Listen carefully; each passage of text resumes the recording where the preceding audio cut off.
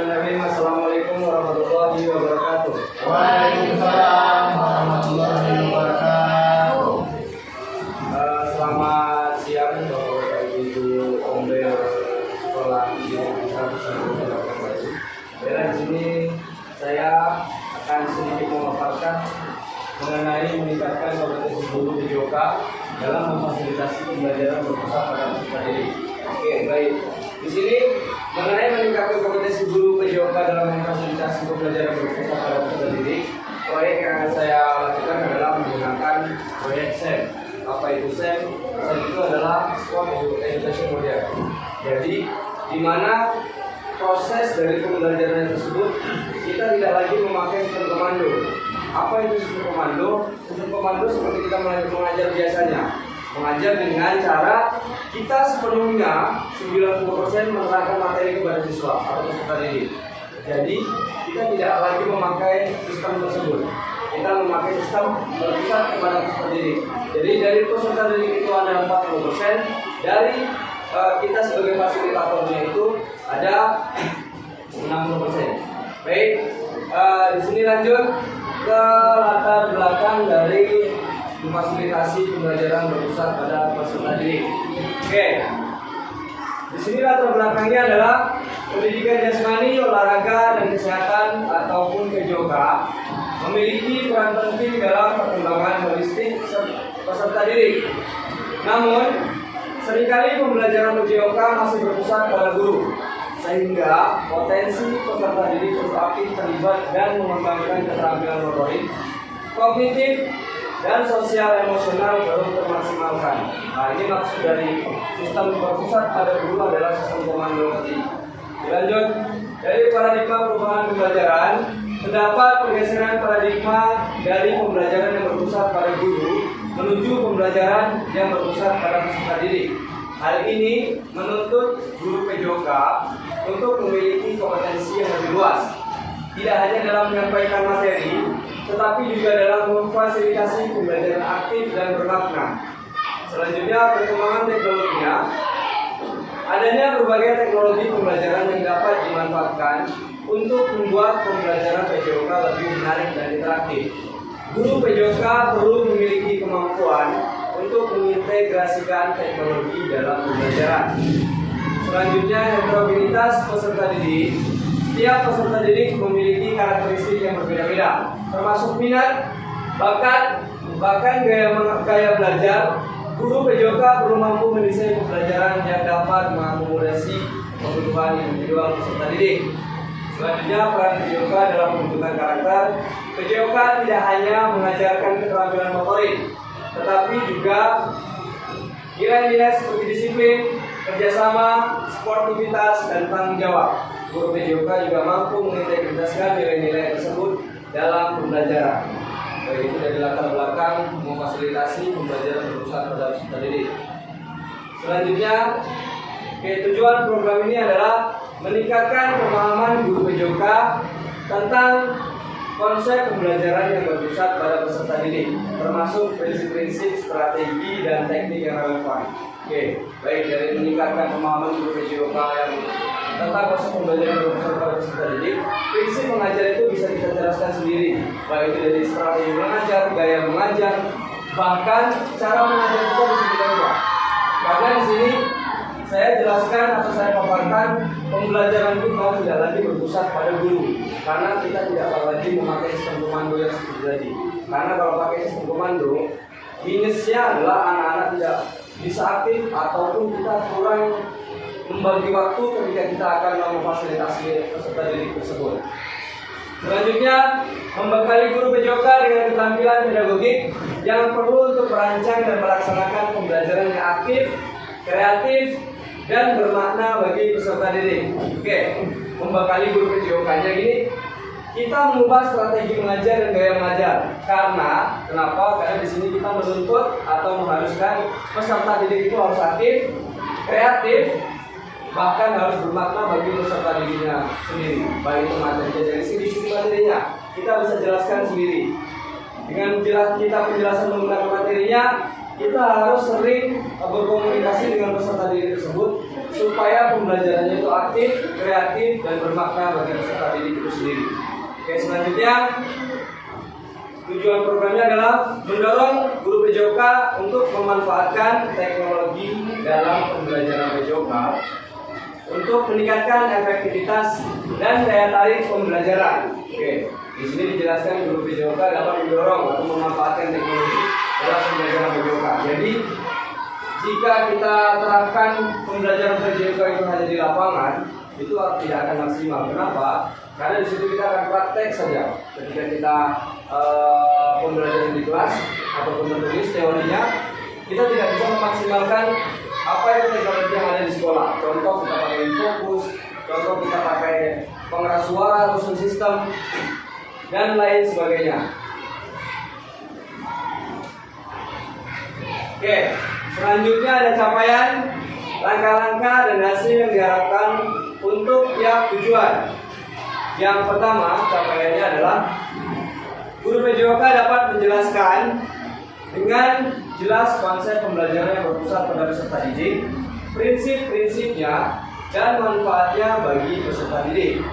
Yang kedua, langkah-langkah, menyediakan modul pelatihan yang komprehensif tentang pembelajaran berpusat pada peserta didik, mengadakan diskusi kelompok untuk mendiskusikan berbagai konsep dan prinsip pembelajaran, mengundang narasumber ahli untuk memberikan materi terkait.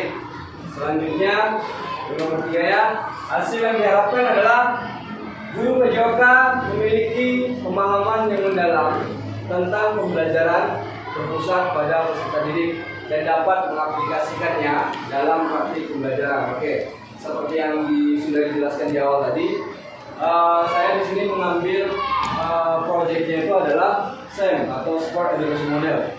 Cara melakukannya ketika kita aplikasikan di sekolah adalah ketika kita selesai ujian.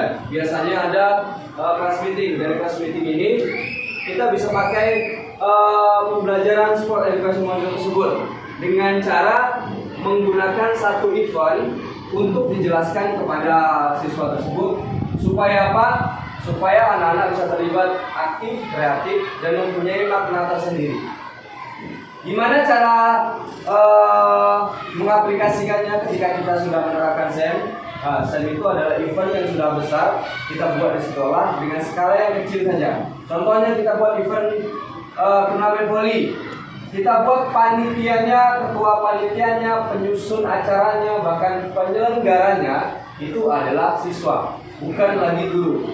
Guru hanya sebagai pemantau saja, pengecek saja. Kalau kita masih melibatkan guru sebagai panitia atau bahkan yang terlibat dalam sport education model tersebut, kita tidak bisa menggunakan prinsip yang memfasilitasi guru PJOK untuk berpusat kepada peserta didik. Jadi kita masih pakai sistem komando. Baik, selanjutnya ada struktur program dalam komunitas belajar atau Komber. Visi dan misinya merupakan pernyataan yang jelas tentang tujuan jangka panjang dan tujuan jangka pendek komunitas belajar. Ini visi dan misinya. Selanjutnya ada metode pembelajaran, menentukan cara-cara yang akan digunakan untuk mencapai tujuan pembelajaran. Misalnya, ada diskusi, presentasi, studi kasus, ataupun proyek kolaboratif.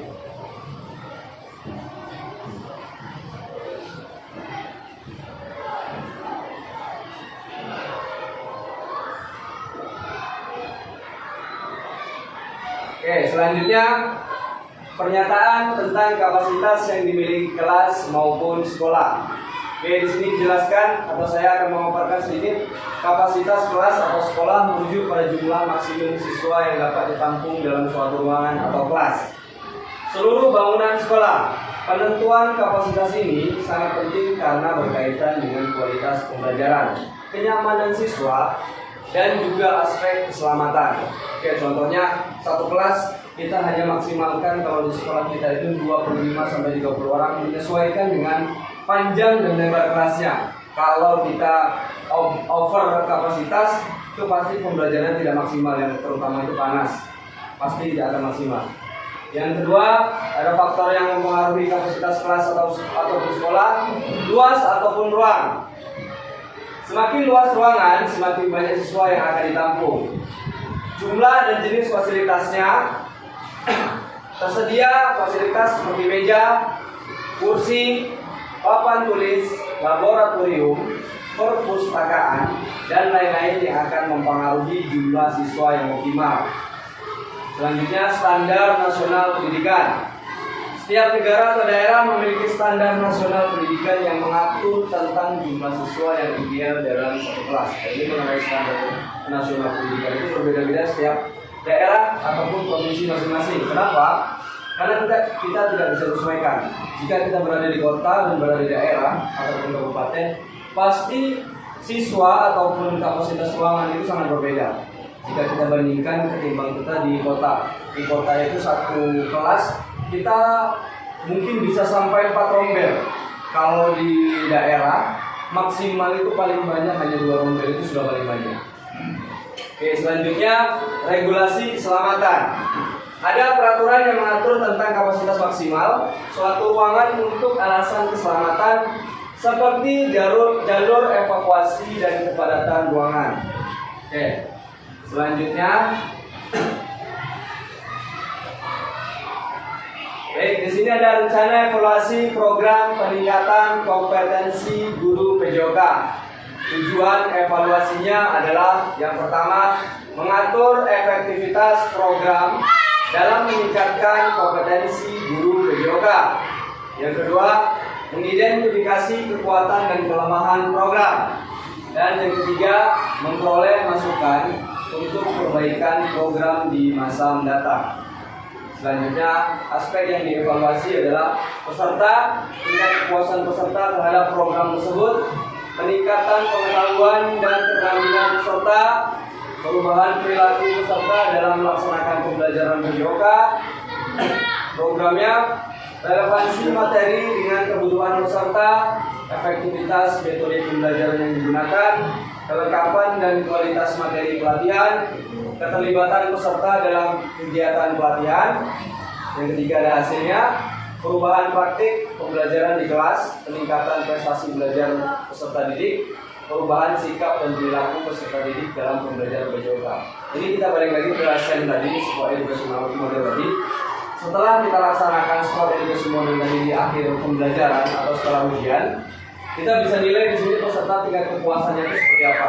Kita bisa nilai nanti, bahkan kita bisa evaluasi menggunakan angket. Peserta didik itu bisa sampai sejauh mana mereka bisa mengapresiasikan untuk kemampuan mereka sendiri. Itu baik dari programnya, dari efektivitasnya atau perubahan perilakunya, terus selanjutnya ada hasilnya seperti apa, sukses atau tidaknya peserta didik tersebut melaksanakan event yang sudah diterapkan tadi.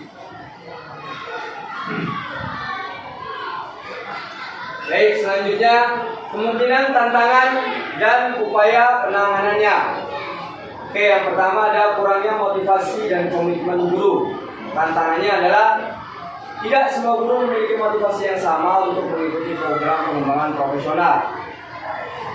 Upayanya insentif, tawarkan insentif seperti sertifikat, tunjangan, atau kesempatan untuk melanjutkan studi. Relevansinya adalah pastikan materi pelatihan yang relevan dengan kebutuhan dan minat guru. Fleksibilitasnya, sesuaikan jadwal pelatihan dengan ketersediaan waktu guru. Pemberdayaannya, libatkan guru dalam perencanaan dan pelaksanaan program. Oke. Mungkin di setiap sekolah problemnya adalah kurangnya motivasi dan komitmen guru, tergantung dari bagaimana kita menerapkan materinya tersebut. Materinya apa? Kalau kita materinya hanya untuk satu mata pelajaran saja, kemungkinan besar komitmen dan motivasi komitmen gurunya itu menurun. Kalau kita memakai materi yang menyebar luas atau bisa dipakai semua mata pelajaran, pasti semua guru ada minat atau motivasinya lebih tinggi. Yang kedua, kurangnya waktu. Tantangannya adalah guru memiliki beban kerja yang berat sehingga sulit untuk meluangkan waktu mengikuti pelatihan. Upayanya adalah pelatihan singkat. Adakan pelatihan dalam bentuk modul-modul singkat yang dapat diselesaikan dalam waktu yang relatif singkat. pelatihan daring. Manfaatkan teknologi untuk memberikan pelatihan secara daring, sehingga guru dapat belajar kapan saja dan di mana saja. Oke, baik, dari nomor 2 ini mengenai kurangnya waktu, pasti semua guru terbengkalai, apalagi di sekolah kita ada dua sesi masuk, ada masuk pagi dan ada masuk siang. Jadi terbengkalainya adalah kita kurangnya waktu untuk memiliki untuk waktu pelatihan. Kenapa? Karena kita sudah memiliki beban yang banyak dari PMM. Makanya di sini dijelaskan pelatihan daring saja. Pelatihan daring seperti kita buat aksi nyata, itu bisa kita sesuaikan saja. Selanjutnya nomor 3, kurangnya fasilitas dan sumber daya. Tantangannya adalah tidak semua sekolah memiliki fasilitas yang memadai untuk mendukung pelaksanaan pelatihan, seperti ruang yang nyaman, peralatan olahraga, ataupun akses internet. Upayanya adalah kerjasama dengan instansi lain, bekerjasama dengan dinas pendidikan, perguruan tinggi, atau lembaga pelatihan lainnya untuk mendapatkan dukungan fasilitas. Manfaat sumber daya lokal. Manfaatkan fasilitas yang ada di sekitar sekolah seperti lapangan olahraga umum atau pusat kebugaran ataupun pusat kebugaran. Memanfaatkan teknologinya, gunakan teknologi seperti video pembelajaran, aplikasi atau platform online untuk mengatasi keterbatasan fasilitas tersebut.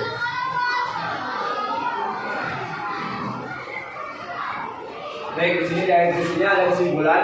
Kesimpulannya itu adalah refleksi merupakan proses yang sangat penting dalam pembelajaran peningkatan guru PJOK. Melalui refleksi kita dapat yang pertama, memahami proses.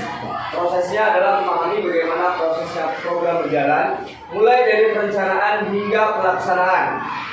Yang nomor 2-nya ada mengevaluasi hasil, mengetahui sejauh mana tujuan program tercapai dan apa saja dampak yang dihasilkan. Mempelajari dari kesalahan, mengidentifikasi kekurangan, dan mencari solusi untuk perbaikan. Dan yang terakhir adalah meningkatkan kualitas program menggunakan hasil refleksi untuk menyusun program yang lebih baik di masa mendatang. Oke, baik Bapak Ibu, itulah paparan dari materi saya untuk memfasilitasi guru PJOK dalam pembelajaran berpusat pada peserta didik.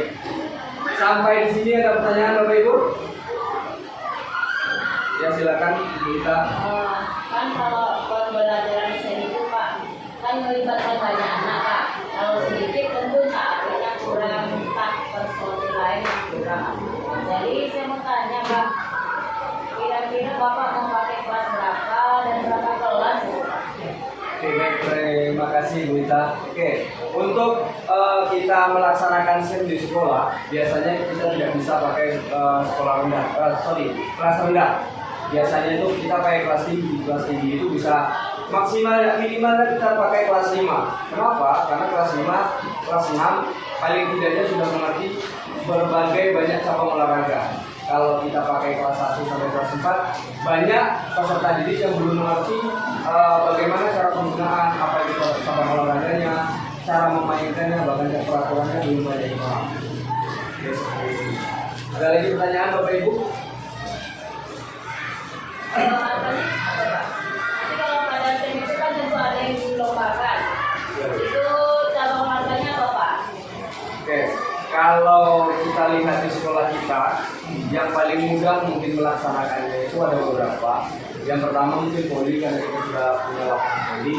Yang kedua, permainan tradisional yang kita pakai mungkin bisa, karena di garis voli itu kita bisa disitu permainan halang hadang ataupun catur kalau bahasa kitanya, ataupun permainan stata itu bisa kita pakai.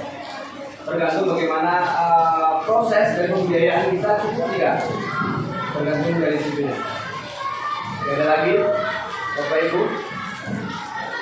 Cukup? Baik, terima kasih Bapak Ibu yang sudah meluangkan waktunya. Saya harapkan untuk materi hari ini bisa kita terapkan di pembelajaran kita masing-masing dan bisa hendaknya kita lanjutkan ketika kita sudah melaksanakan pembelajaran di kelas. Baik, mungkin itu saja yang bisa saya sampaikan. Saya akhiri. Wassalamualaikum warahmatullahi wabarakatuh. Waalaikumsalam warahmatullahi